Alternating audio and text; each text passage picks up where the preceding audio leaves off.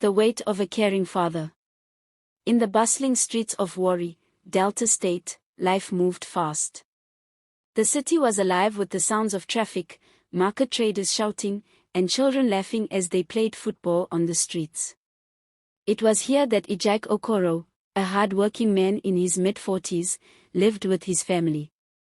A mechanic by trade, Ejike had spent years running a small but respected auto repair shop, ensuring that his wife and children never lacked the essentials.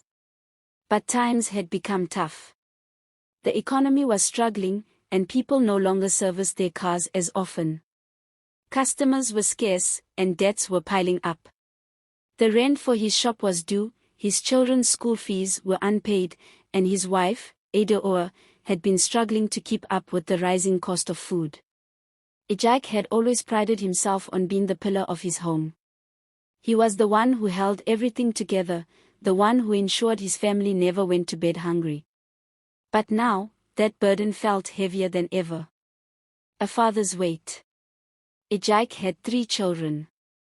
Chike, his eldest son, who had just finished secondary school and was eager to go to university but lacked the funds to apply. Amara, his brilliant daughter, who dreamed of being a doctor and spent hours reading any medical book she could find. David, his youngest, an energetic 10-year-old who idolized his father and often sat with him at the mechanic shop after school. One evening, as Ejike sat outside their small 2-bedroom apartment, staring at the unpaid bills in his hands, Adeora sat beside him. "You're carrying too much alone," she said softly. "I'm the father, Ada," Ejike sighed. "If I don't take care of this family, who will?" Before Adeora could respond, his phone rang. It was Osaze, an old friend from his university days. They had once been close, but Osaze had taken a different path, making money fast through questionable business deals. "Ejike, my guy." Osaze's voice boomed through the phone. "I hear things are tough for you. Let's meet up. I have an opportunity that can change your life." Ejike hesitated. He knew Osaze's kind of deals: money laundering, smuggling stolen car parts, and other illegal activities. But desperation was creeping in. The dangerous opportunity. The next evening, Ejike met Osaze at a high-end lounge in GI Warri. Osaze, dressed in designer clothes and gold chains, ordered expensive drinks and grinned as he spoke. "I have a car shipment coming in from Lagos," Osaze explained. "Brand new models. We need someone to strip them down for parts before they get traced. You get paid per car, more money in a week than your shop makes in 6 months." Ejike clenched his fist under the table. The offer was tempting, too tempting.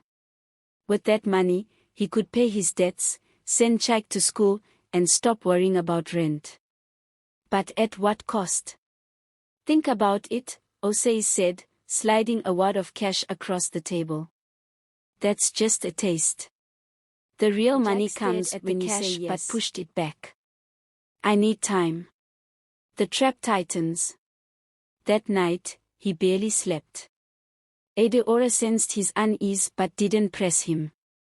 The next morning, as he was about to leave for the shop, Chike stopped him. "Papa," Chike said, his voice steady. "I've been thinking. Let me get a job, even if it's just as an apprentice somewhere. I can help." Ejike frowned. "You should be focusing on school, not struggling like me." "But isn't that the point? You raised us to help each other." Ejike's heart tightened. He was on the verge of making a deal that could destroy everything he had built. And here was his son, offering to share the burden in an honest way. Later that day, he met Osaze again, this time to say no. "I can't do it," Ejike said firmly. Osaze's face darkened. "You think you're better than me? You're already in this, my guy. That cash I gave you yesterday. Whether you took it or not, people saw you with me. If you back out now, you become a problem." Ejike felt a cold chill. He had just made an enemy. The unexpected twist. That night, as he closed his shop, a black SUV pulled up. Two men stepped out, police officers. "Mr. Ejike Okoro," one of them asked. "Yes," he replied, heart pounding. "You're under investigation for suspected involvement in stolen car operations." Shock hit him like a hammer. Osaze had set him up. As they took him to the station, Ejike kept thinking of his family. He had tried to do the right thing, but now he was caught in a trap. The power of family. The next morning, Chike, Adeora, and Amora arrived at the station with Barrister Dave, a family friend and lawyer.